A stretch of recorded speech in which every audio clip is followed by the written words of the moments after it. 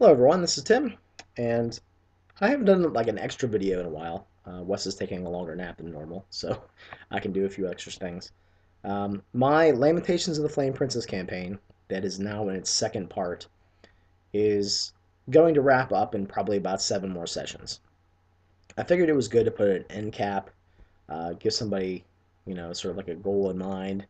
This is how long it's going to run, and then we're going to draw it to a close. I've had a little bit of a hard time keeping players, mainly due to the fact that the campaign has gone on for so long and people's schedules have changed. Some people had to watch children from neighbors, and other people just couldn't make it in that time slot anymore. All kinds of various different real world issues, and we are gaming online, and sometimes that's harder to do. It's easier to drop like an online game, I think, than it is to stop going to like a face-to-face game. But I'm pretty sure everyone just had a lot of real life things going on. There's always the part of me in the back of my head that thinks that maybe they don't like the way you're doing it, or maybe they don't like the setting or the game itself. Whatever the case may be, I don't know. But I think as far as I can tell, everyone has had a pretty good time. I've asked for opinions of various people, and they say they enjoy the game. So uh, you know, that's all I can really hope to do.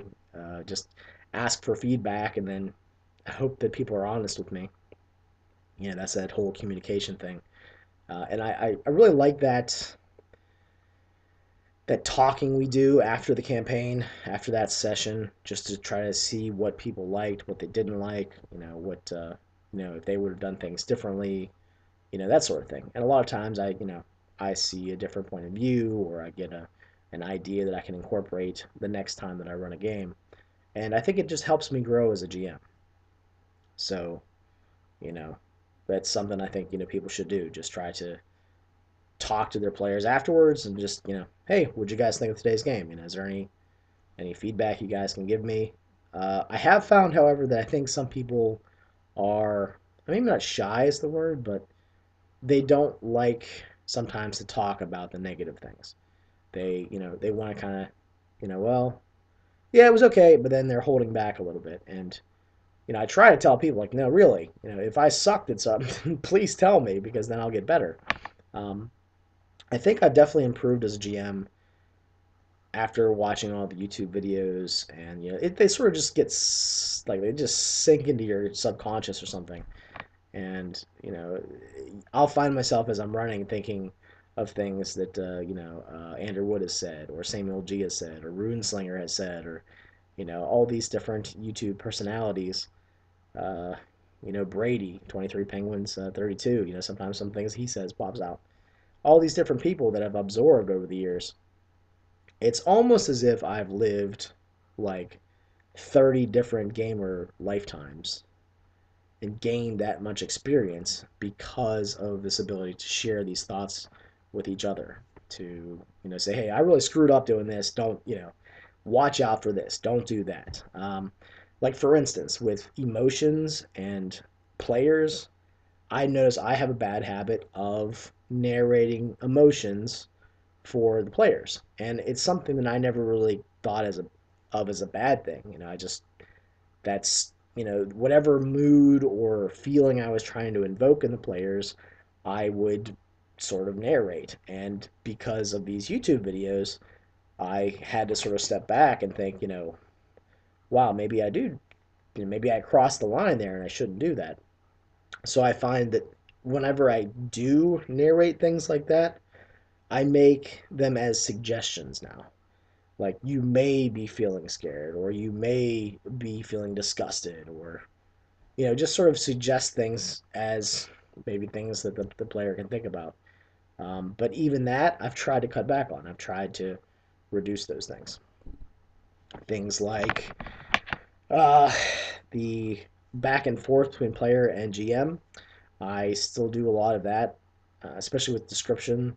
And part of me doesn't think it's a bad thing that back and forth between the GM and player is interaction. It is working together to describe things, to narrate things, to make things clear that are unclear, things that I can picture clearly in my head.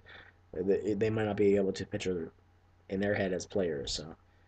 Um, so as far as questions go, and when should you ask, when shouldn't you? Should you give a lot more narrative control to the players? I find myself somewhere, I don't know what to think. I definitely lean more towards the traditional way of doing things, where the GM describes most of the world.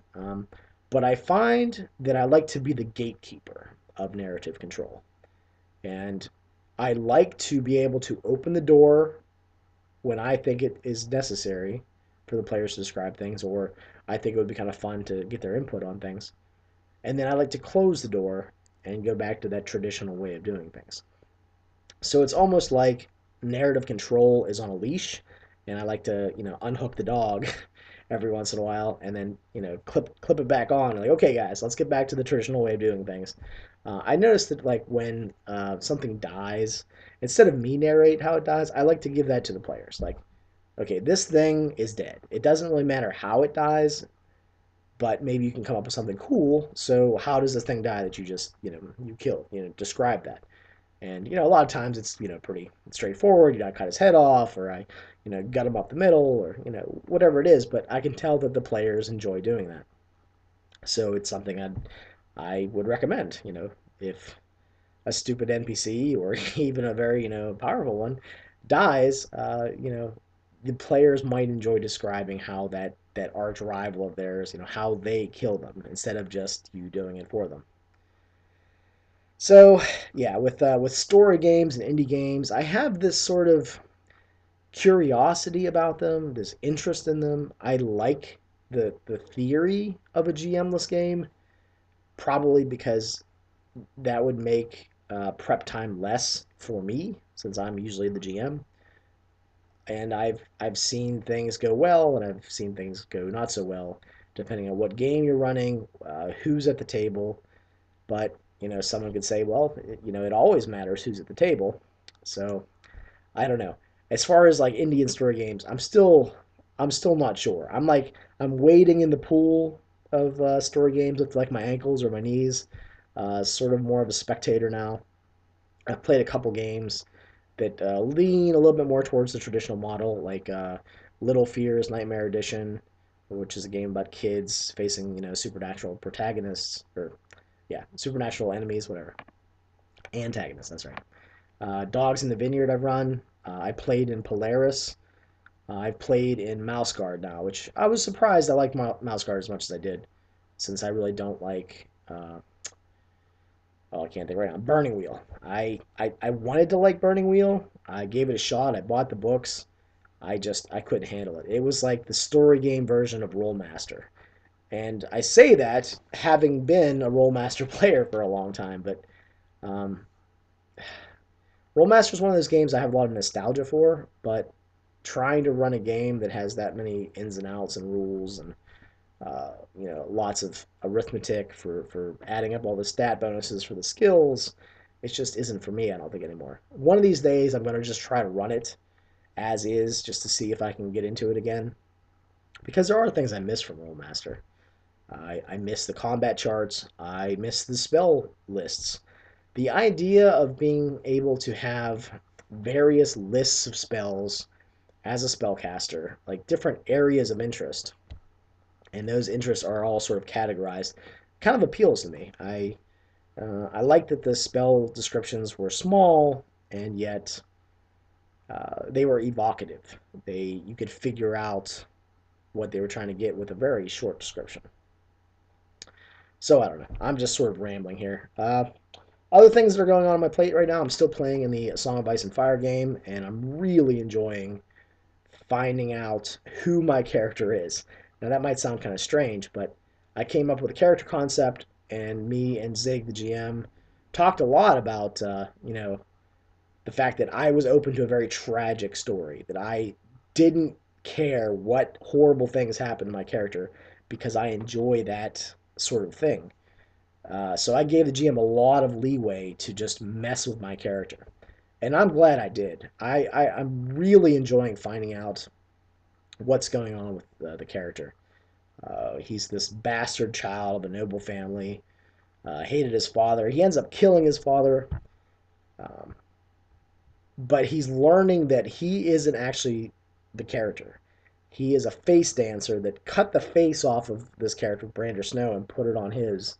And the memories from the flesh of the face, I think, are absorbing into his soul. But now this assassin is figuring out that he's not this character, and it's just a lot of fun. It's kind of psychological, and I don't know. I'm just having a blast. I don't know how much longer the campaign's going to run. I think it's going to run for a little while, but I know that Zig kind of has. I can't talk. Zig has these endpoints usually where, okay, guys, we've ran for a while. The story arcs are coming together. It's time to end it. This story is over. Maybe we'll play in another campaign some other time. Which is cool. It's good because he always leaves you wanting more. He wants, as a player in his games, you are looking forward to the next campaign that he runs. You're not burned out. The game didn't go on so long that you've lost interest. And he just has very interesting NPCs, interesting dynamics in his game, different stories and plots that are weaving together. Um, yeah, so I'm having a blast in that. I recently went to my local convention of GASCON, and that was a blast as well. I ran a shitload of RPGs.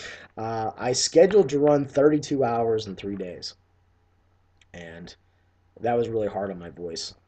The first game I was supposed to run was a silly little Lamentations of the Gingerbread Princess is the module, and it's for Lamentations of the Flame Princess. The other problem is I ran in a really crappy time slot. It was on a Friday at like 2 o'clock. Most people are still working unless you take the day off. So I only had like one player sign up for that, so I didn't get to run that. But I kind of put that there knowing that it may or may not go off depending on how many people got off work. The next game I ran was BRP, Star Wars Stormtroopers versus Los Angeles. So this is an example of what I like to do with BRP. I like to mix genres. I like to do strange things. And I get these really just bizarre ideas like, why don't you mix that with that and see what you can do with it? And they're sort of silly and gonzo at times, but other times they really, they set things up for some very interesting moments in the game. The players are all playing stormtroopers, and there was this prototype that ripped a hole in space and time. And basically, what happens is this elite Star Wars Star Destroyer flies through this rift, doesn't come back. All the scientists are killed because the Emperor thinks they just lost, a very expensive piece of hardware. Not to mention all the people that were on board. But this ship shows up above Los Angeles. During the trip, a bunch of droids sabotaged it because they, the Rebel Alliance doesn't want this powerful prototype in the hands of the Emperor. So what happened is like 95% of the crew gets killed off as the droids cut off life support.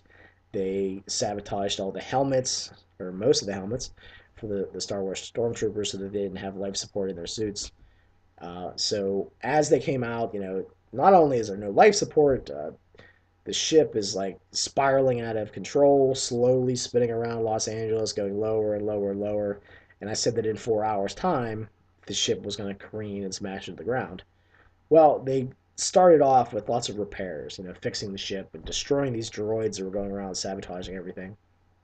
And there was a lot of fun moments, like the idea of riding a speeder bike through a Star Wars a Star Destroyer never occurred to me. The fact that they could repair the ship so that it wouldn't careen and smash to the ground didn't occur to me. But I just you roll with the punches. Oh, you want to repair the ship? Okay, well then you need this kind of roll and you need to get to this location. And they did all that. They repaired the ship well enough to use it. They never repaired the hyperdrive, however, but they did repair the prototype. They got all these droids that were sabotaging things and reprogrammed them to rebuild it, having given them plans. The only problem was they needed plutonium, 3 metric tons of it. So they had to basically, go around Earth and get all this plutonium, and they threatened to destroy everybody. And President Obama became the governor of Earth for the Empire. So that was like there's little silly things like that, but Honestly, the game could have been over any other planet. It didn't have to be Earth. There were just some comical things that happened, like taking over the radio stations and such. Saturday was me just running Labyrinth Lord, the Keep on the Borderlands, can't talk, all day long. I ran it for 4 time slots and 16 hours plus because there were some times in between that we ran to. I had this big board out with all the map and the topography and all that kind of stuff. I did a few videos of that a little bit ago, and everybody liked it. I even had these two really attractive women come up, and they were taking pictures of everybody, and they took a few pictures of that, and they thought it was really cool. So that was entertaining. Um, so the players did that. We got through the entire Keep on the Borderlands module. I timed it out really well because I've never ran or played it, and I kind of asked around how long this thing should take to run, and people said, "Oh yeah, if you got 16 hours or so, yeah, you should be fine." So we got through all that. I'm just it was the first time that anybody had tried that at my local convention, playing a game like a marathon game all day long, and I set it up so people could come in and come out. I think there were like 4 players that played the whole thing, and then other people came and left, depending on what games they wanted to play in. So that was Saturday, and then let me think. Sunday, what are these? Sunday morning. Oh, that's right. Empire: The Petal Throne. I ran that. This is the second one shot that I've run of it. All the characters were intelligent undead called Jajki in service to Lord Sarku. He's the Lord of the Undead in the EPT pantheon.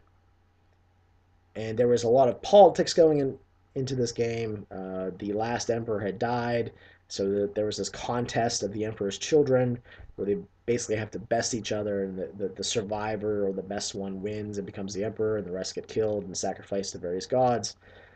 So that was going on. There was different factions within the Lord Sarku temple. Some wanted to support this Prince Dashun that the players supported. Others didn't. There were other rival temples that were trying to support their various prince to become the emperor. There was this army from Yankor that was coming down on the empire from the north with this mysterious weapon without answer, and they had to basically try to thwart that somehow.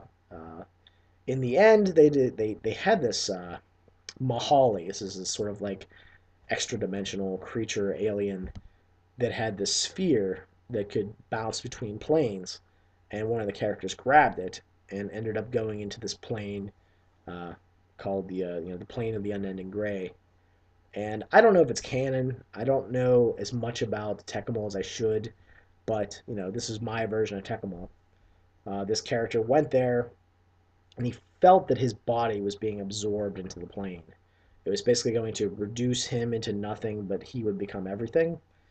Uh, sort of philosophical there. And he realized, however, that with this orb that he was with, he could, instead of being lost in the plane and the plane becoming him, he could focus his thoughts and imbue this little orb with his essence.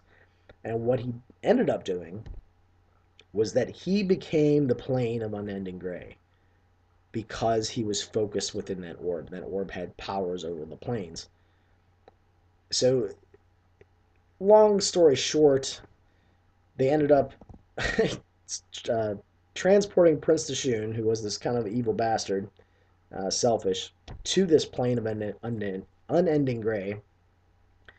He got absorbed into the plane, and because Prince Dashun was absorbed into the plane, and this character was the unending gray, he in essence became Prince Dashun, and he was able, with the power of the planes pouring out into the material plane, he was able to form a body of this new Prince Dashun, but he was in control of it. He was now Prince Dashun. So he ended up killing off all the rivals and ascending the Petal Throne and becoming the new emperor. So one of the characters got to become the emperor in the one shot. So there was a lot of stuff going on. I'm kind of skipping over things. There was a little bit of an info dump at the beginning trying to get people into the setting. But I noticed that every year I run this setting, I have a few more fans. A few more pedal heads, I guess you can call them. Where they played last year and they hey, I played last year. I'm gonna jump in that game. And there were some people walking by that were like, wow, what are you running? That's I could just tell from what you're talking about. This game isn't the same as the other games out there. So I hope that eventually there'll be a little bit more fandom about Tekkamol, Empire of the Pale Throne. But we'll see. I'm going to keep trying to run at least one or two one shots a year to see if that works out good. And then the last game I ran was Wraith, the Oblivion, and I set it in Auschwitz, Birkenau. Doing the prep work for that game was very tough.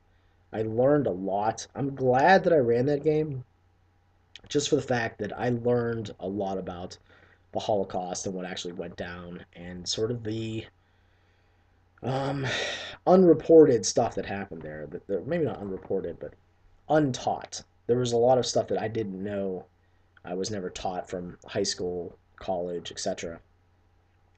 And I played the game respectfully, and I think I left an indelible mark on the players. They learned a lot about the Holocaust and Auschwitz from their character's perspective, and it was very harrowing for me as a GM. There was a few times where my eyes got misty. I was shaken.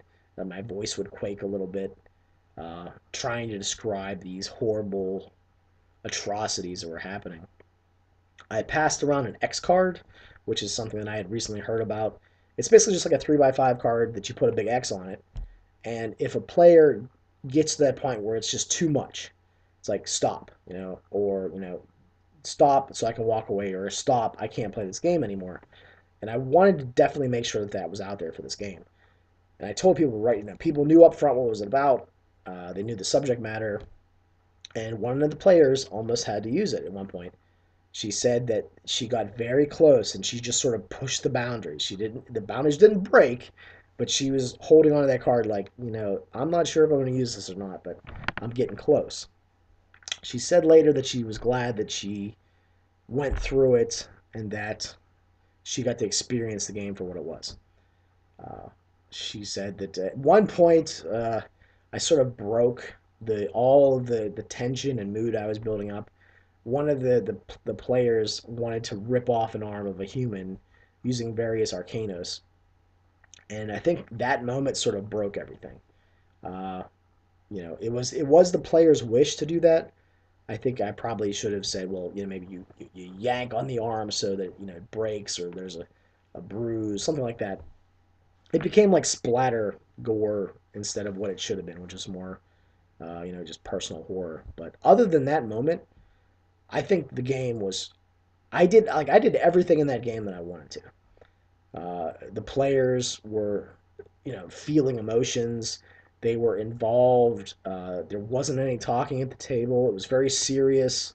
Not There's no laughter, and that's very different than a lot of my other games. But that's what I was going for in that game. I wanted to leave, an impression on them about history, about the game.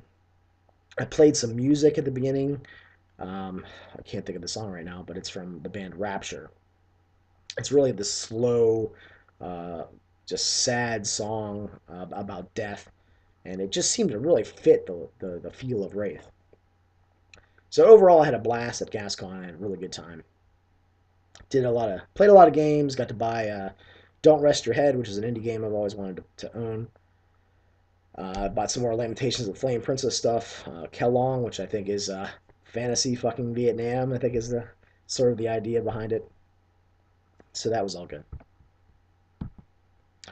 All right, and the last thing I want to sort of update everybody on is I'm, currently running my Lamentations of Flame Princess campaign, and it's going to come to an end at some point. And I'm already thinking about what's the next game I'm going to run. Part of me thinks I shouldn't run anything because it's so hard to run anything when my son's running around. I think during my Lamentations of Flame Princess game, he's dumped syrup on the floor. He's like dumped cat food out everywhere. Made a mess of things. Dumped his milk out in the middle of the floor. I didn't notice, until a little while later. So I don't know, but I just love to run games, and I love to try new things. And the next thing that I'm going to try is I'm going to try to run a World of Darkness campaign. This is New World of Darkness, set in the Wars TCG setting. And this is actually an RPG that Mongoose Publishing put out. So Wars is a setting where it's a couple hundred years in the future. There's three main factions of humanity. There are the Earthers that stayed on Earth, very corporative. Corporative. The corporations are in control. Military is in control. And then there's the Ganjin, which are the Asian-themed technological society that has grown up on Mars. Um, and then there's the sort of technologically advanced, but in a different way, uh, Mavericks that live on the outskirts of the solar system, and they have lots of, bioware and technological gizmos in their faces and arms and things. So that's all humanity. But right outside of Jupiter, I think between us and Jupiter, a rift in space and time appears, and out of it comes a new planet into our solar system. Soyel, I believe it is, or Sayel. And on that planet are two races of aliens. One is this like superior aquatic race. Another one is this slave race that's very monstrous looking and tough. And they have various uh, just ships and things and technological advances, and they manipulate quantum particles.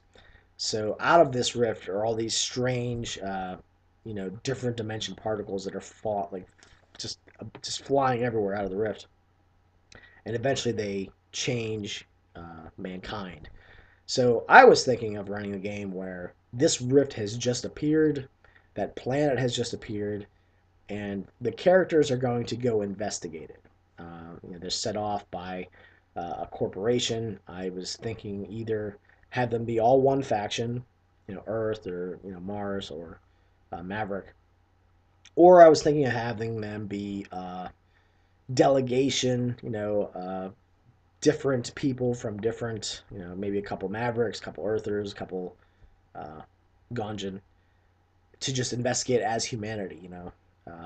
It's of interest to them all. Maybe this is something that will bring them closer together, at least at first, um, because all of these different human factions are very close to war. It's almost like a Cold War at this point.